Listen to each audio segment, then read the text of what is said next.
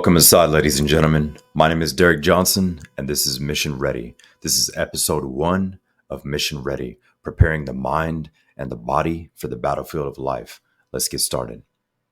All right, so number 1, I'm 34 years old. I was born in Fort Stewart, Georgia, which is an Army base in Georgia. It's outside of Savannah, Georgia. My father is African American. My mother is German. I'm mixed. Obviously, you can probably tell if you see the video, if you don't know me, but if you hear me, that's who I am. 34 years old, born in Fort Stewart, Georgia, Army base. Father was military. Father was also a farm boy from Mississippi. My mother is a city girl from Germany. Both of my parents are the oldest of multiple siblings, the oldest. So they were the parents, quote unquote, for their brothers, sisters, cousins, and so forth, because they were the oldest. So when their mother was at work, working multiple jobs, providing for the family, they were taking care of everyone. So both of my parents grew up poor, but they became successful in their careers. My father was a farm boy, always had the work ethic. He was also an athlete. He was in the U.S. Army for 20 to 23 years. My mother has been a kindergarten teacher for over 40 to 50 years. I don't know the exact time that she started, but she was a kindergarten teacher. The interesting thing about both of my parents is they were always the first to be there at work and the last to leave. The first to be there and the last to leave. So as a child and as a teenager, I always saw my parents wake up early and exercise. I don't have kids, but as you all know, if you have kids, and obviously we've all been kids, but kids do as they see, not as they hear. Kids do as they see, not as they hear. Meaning, I saw my parents wake up early and exercise. So that was part of their routine and it was just normal. So when I was that kid having sleepovers at my friends' houses, I would realize that most of their parents would sleep in. They would not work out. They were usually out of shape. They had a lot of things going on. So seeing that, it made sense why it was instilled in us, which was the work ethic. So from a professional standpoint, family was really structured. Education was number 1, taking care of your physical body, taking care of your mind, the work ethic, all that was instilled from both sides. If you're familiar with Germans, you know, we're very driven, focused, borderline OCD. I don't believe in all those things, ADD, ADHD, etc. At least for myself, I don't identify with any of those things, but I can definitely say that we like things clean and organized. So mother being German, father being African-American and also military and a farm boy. So you could see both ends. I was blessed from both sides. But one thing that was missing in the family dynamic was that love and affection. I had everything that I needed. We had the beautiful homes. We had multiple cars. I never went without a meal. But I was that kid who did not feel heard, did not feel understood. Because I truly believe that as humans, we want 2 things. Outside of love, outside of success, money, etc. The main 2 things that our inner child wants and desires is to be heard and understood, feel heard and understood.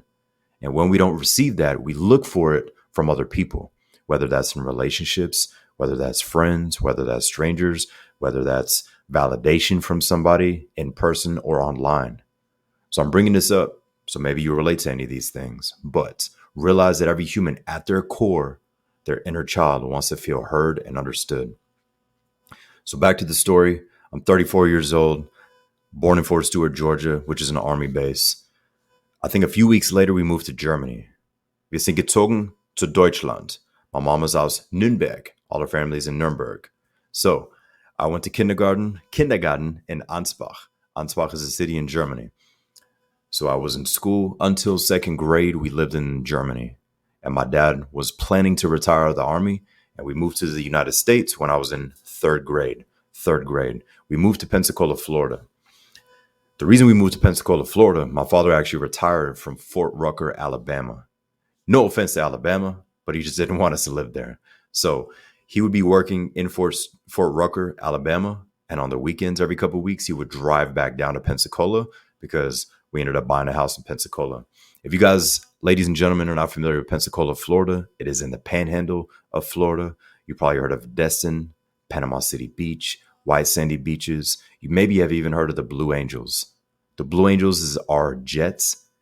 It's for an air show. U.S. Navy. jets. They're dark blue and they fly by each other inches, maybe even centimeters. So you're probably familiar with those. They travel worldwide. So if you've been to an air show, I guarantee you've seen the Blue Angels. So back to the story. Before we moved to the United States, I was that kid. I was skinny. I was insecure. I did not know who I was. I was very timid. I just had that bravado and that aura and that physicality of we should bully him because he's not a threat. He is not a threat. So who you see nowadays, I had to create this man. I was not always this man. So if you're watching the video, you can see my hand. My hand is pretty white, depending on the lighting. But that is my German side. My first name is Derick. My middle name is Sharom. Growing up, I always told my friends Derick is my white name. Sharom is my black name or my hood name, but pretty interesting. But yeah, so before Europeans moved to the United States, we wonder, is it really like the movies and the shows? Is there the bully?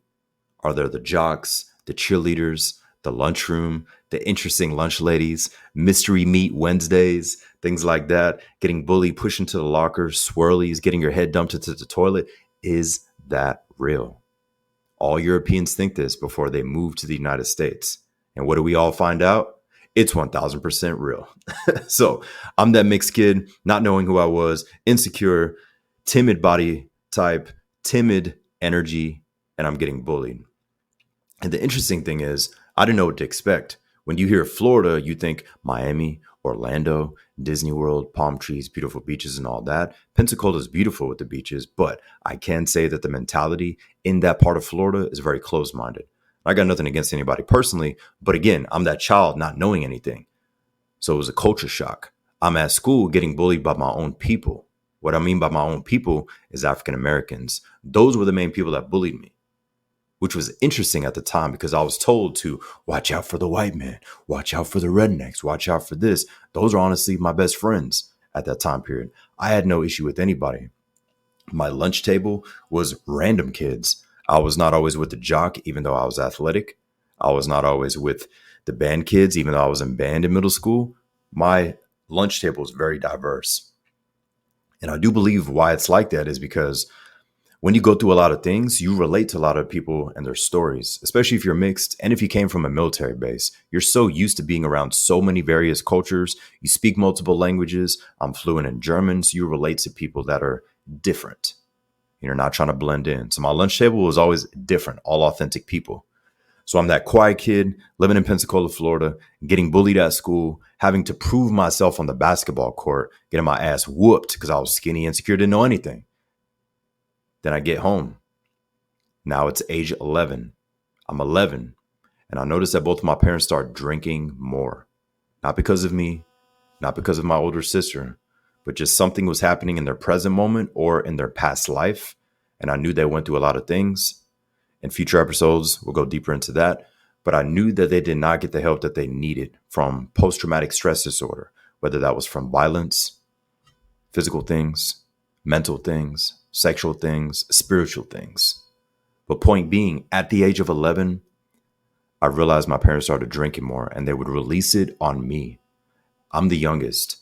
I'm not saying this story to complain or say I had the worst life ever, but I am just bringing it up so you understand who I am before we go deep into this podcast, into these episodes. And number one, thank you for being here. My whole intent is to teach you some things. Today's episode is mainly about me, just so you know who I am. Future episodes, I'm going to teach you proven action steps you can take to elevate your life. But right now, here's who I am. Thank you for being here again. Hope I earned every second. All right, so I'm in school getting bullied. I'm at home getting bullied. And I'm only getting bullied between the hours of 9 p.m. to 1 a.m. 9 p.m. to 1 a.m. Why is that? Because at night, that's when they did the most drinking. That's when they would release their stress. That's when they would release their traumas. So I became the physical, the emotional, the verbal, the spiritual punching bag. By the age of 12, a year of this happening, I realized that I'm not the problem. They're not necessarily the problem, but the problem was they did not get the help, the resources, or the tools they needed to overcome their traumas and PTSD. So when alcohol was involved, after people left our beautiful home, that's when all hell broke loose. Aggression, violence, anger, all that would start to pop up. Why is that? The reason that happened is because they had no other outlet. They were always the first at work and the last to leave. So professionally, it never affected their professional life. Personally, there's some things going on. So by the age of 12, I said, you know what? Enough is enough. I'm tired of getting my ass whooped at home. I'm tired of this. I'm tired of getting my ass beat at school. So at the age of 12, I made a decision to get deep into personal development. My intro, my step one into personal development was fitness. I knew that I had to elevate my physicality, get in better physical condition and physical shape so I could show up a stronger, more confident version of myself. And I did not do it to bully or fight people. I just did it for myself, to truly believe in myself, because I knew that I was wasting potential. I was sick and tired of having people control me. And I literally made a pact with myself at the age of 12. And I said to myself, I looked in the mirror. I had tears in my eyes. I had chills. I had my hair standing up on my arm. And I told myself, eye to eye in the mirror, from this point on, nobody will ever have control of you again. From this point on, nobody will ever have control of you again. That's what I told myself. I'm 34 now. I was 12 when I made that pact with myself, and I've never looked back. I'm not a violent person. I'm a lover, not a fighter, but I'm there to support people. I'm there to empower people, build them up. And most importantly, I believe that people that have been through certain levels of trauma, they can relate to each other. They have a certain energy and aura to them where you can just sense that he or she has been through some wild shit. And I'll get into deeper things in future episodes, but that was my step one, was fitness. So within 2 years, from the age of 12 to 14, I did a total body transformation. I turned my skinny, insecure self into a strong teenager that was very athletic, was the fastest in my school, was pretty good at every sport. But I fell in love with empowering other people and building them up, because I knew what it felt to not feel heard and understood. Because at our core as humans, we literally want two things. Our inner child wants two things.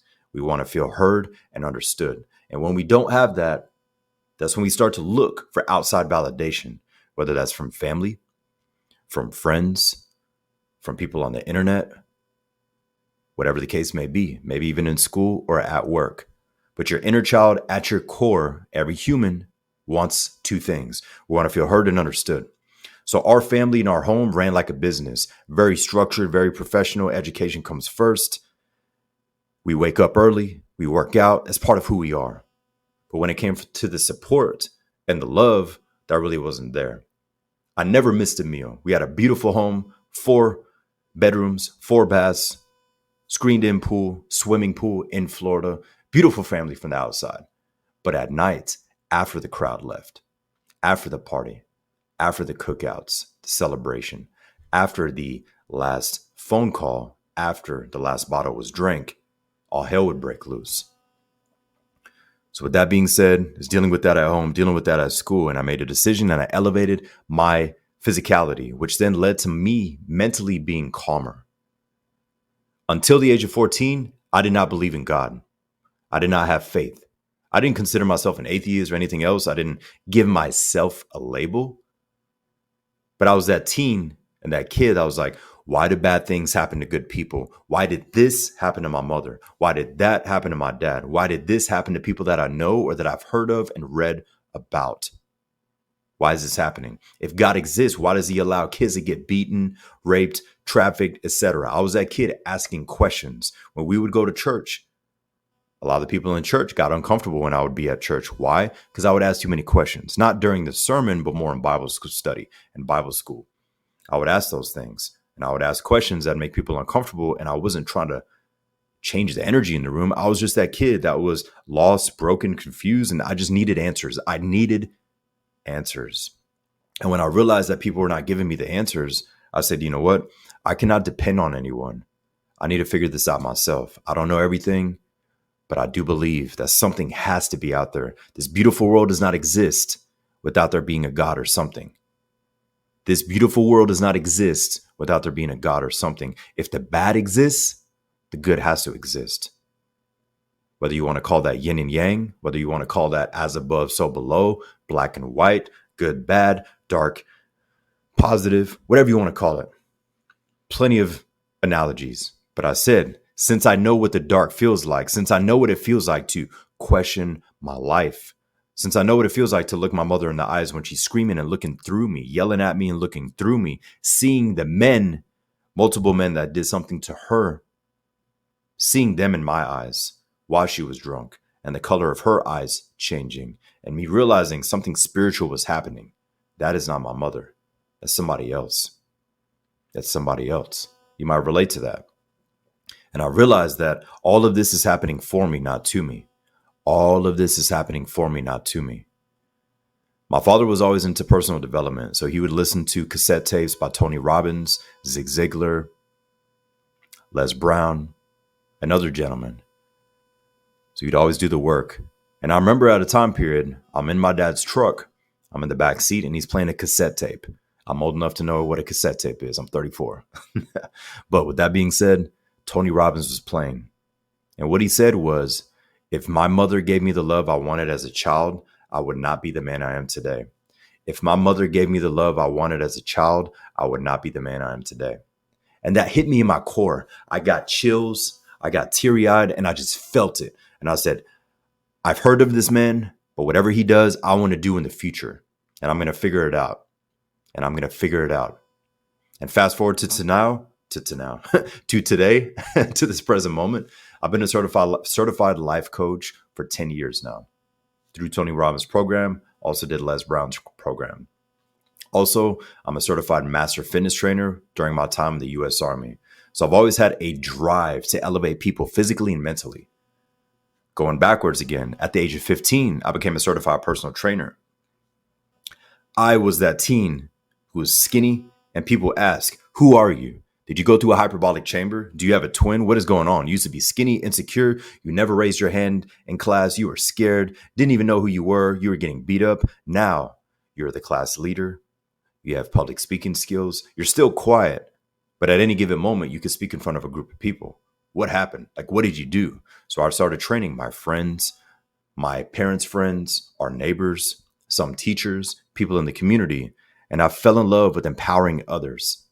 And I truly believe that when you go through trauma, you're given a gift. You're given a gift. Whatever your trauma is, I guarantee you there's a gift. Push your pride and ego out of the way and find that gift. My gift as a kid, my gift in my teen years was discernment. Being able to read a room, being able to read an individual, meet them where they're at, and slowly build them up. I could be blindfolded and I could walk into a room and feel the energy. When you're that kid who does not feel heard and understood because you speak too white, you're too light-skinned. Oh, you're a little bitch because light-skinned dudes are soft. You got to prove yourself to your own people. Oh, your mother's German? What is that? Your mom should be black. Going through all this stuff, questioning like, man, maybe I wish my mom was black. Maybe I wish my father was white. Like questioning yourself. If you're mixed, you relate. But with that being said, not knowing who I was during that time period, speeding up, I just knew that I was onto something. I could connect with people. So I was that teenager who people would just come up to him and open up. And at first it was overwhelming. Like, why are these people telling me their life story? Like, why? The more it happened, I realized that that was discernment. And that was God reminding me, hey, what is happening right now is supposed to happen. Yes, you're a teen. Yes, this might be overwhelming because you don't understand and you're going through your own stuff and you're like, I can't give you advice. I can't even get through my own shit. But I knew deep in my core, I felt it. So during those time periods, during those years before the age of 17, was going through a lot. But fitness was my outlet. Again, at age 14, I made a massive change in my physique. And I realized that when I pushed my body and mind past all pain thresholds, God started to speak to me. Why was that? It was after a workout because I had complete stillness, calmness, and presence. When I had stillness, calmness, and presence, I would hear and feel God's presence. I never actually saw him, but he spoke to me. Some of you might believe in God and Allah, the universe, ancestors, whatever it is. I'm not here to push anything onto you. I personally believe in God and Jesus Christ. Up until the age of 14, I did not believe because I saw so much stuff. Seen dead bodies, seen a friend get shot in the head, blood splattered on me, seen a lot of crazy things. We'll go into that in future episodes, but just sharing some backstory. Up until the age of 14, didn't believe. After 14, I realized that I lived through moments that turned into a miracle where I shouldn't Shouldn't have been here anymore. And I said, you know what? This is a gift. This is a blessing. I'm here for a reason. So with the upbringing, going through those things, whether that was racial, whether that was interpersonal, whether that was spiritual, whether that was family dynamic, I figured out who I was, and I figured out what my gift was. And I figured out that I'm here for a reason. But before I joined the Army, I was in RTC. RTC helped me a ton. Another thing that really helped me was martial arts. Martial arts helped me to be even more calm and controlled. I didn't join martial arts to fight the bully. I joined it because I knew I wanted to learn how to protect myself, but most importantly, have calm confidence. So I highly recommend, I don't have kids, but if I did, I would definitely get them into martial arts because of the mental aspect of it. You're learning forms, calmness, knowing how to protect yourself, and just overall energy. You can be a better leader because you're learning and you're teaching others. So I'm that athlete. I'm helping people now. I'm really excited about things. And then I realized that what I was not receiving as a child was that love and affection to feel heard and understood. So I would give that. So if you've been through things and you're going through things, you give what you did not receive. You give what you did not receive. And that right there is a gift, whether you're helping animals, the elderly, military veterans, the general public, whoever you're helping in whatever industry that you work in or volunteer in, whether that's a program, organization, or even a nonprofit. Tie those things in. I want you to look in retrospect at your younger version. Your younger version of you is proud of your current self. Your current self needs to get crystal clear on your version 10.0. What that means is the highest and the best version of yourself, the best man that you can become, the best woman that you can become. What are his or her characteristics? Internal, external, where do they live? Are they married? Do they have kids? Do they live in a condo on the beach? Do they have a home in the country? What is it? Get crystal clear on every single facet of that life. Why is that? Most people are not crystal clear on what they want. They just say, I want to be successful, rich, famous, etc., etc. That doesn't mean anything. It's very floaty. You have to get more specific on who you want to become in the future. That is your version 10.0. Then you perspective hop back to your current self and say, all right, I'm crystal clear on that. Now I'm actually excited to do the work to get to that version of myself. Now in the present moment, looking back at younger version, from your younger version, looking to your current version, saying, I'm proud of me. I'm proud of me. Proud of me. When was the last time you looked in the mirror and said, I'm proud of you. I love you. Like actually in your own eyes. If you have never done that or haven't done it in a while, I challenge you to start doing it. And the number one way that you can authentically do it is to make yourself proud. Show up for yourself consistently. Figure out what your gift is from your traumas. What was your gift from the pain? What do you give that you did not receive? And do you have a pattern that you want to break that maybe you have because you didn't receive anything or you received too much of it? We're going to go into these topics in the future. But this was just a quick synopsis of who I am. Mixed kid, growing up in Germany, moving to the States, going through a lot. Fell in love with fitness, which eventually led me to having faith in God and Jesus Christ, and then being able to help others. Now at the age of 34, I've helped over 500 clients overcome traumas, break old patterns, get into the best physical shape, improve their blood work for men, elevate and raise their testosterone naturally, natural all my life, like every man in my life. And just that intensity to realize that life is short and it's time for all of us to go harder and help other people. But the most important thing you need to do is to focus on yourself. As the saying goes, you have to don your own mask on, your own oxygen mask on the airplane before you can help somebody else. Some of you have not put your own oxygen mask on in a while. You can't show up for others the way you want to until you take care of you. You are your star player. You are your star player. If any of these stories you relate to or these perspectives, if anything stood out, my whole intent with this podcast is to share some of my experiences. Today is going to be a different episode. This is episode 1, just some quick backstory about myself. We're about 20 something minutes in. I appreciate you being here, but my whole intent is to give you one golden nugget. That golden nugget, all I want you to do is take action on. This podcast will never have a commercial. This will just be raw footage that I'm here to teach. Apply what you learn. Let me know how it works. If you enjoyed this episode, thanks again. I have many other stories to discuss. Thank you for your time. I hope I earned every moment and every second. My name is Derick Johnson. I'm here to help people get to the next level. This was episode 1 of Mission Ready. Prepare your mind and body for the battlefield of life. Things will happen. How will you respond? Will you be a victim or will you come out victorious? Life is happening for you, not to you. Will you be a victim or victorious?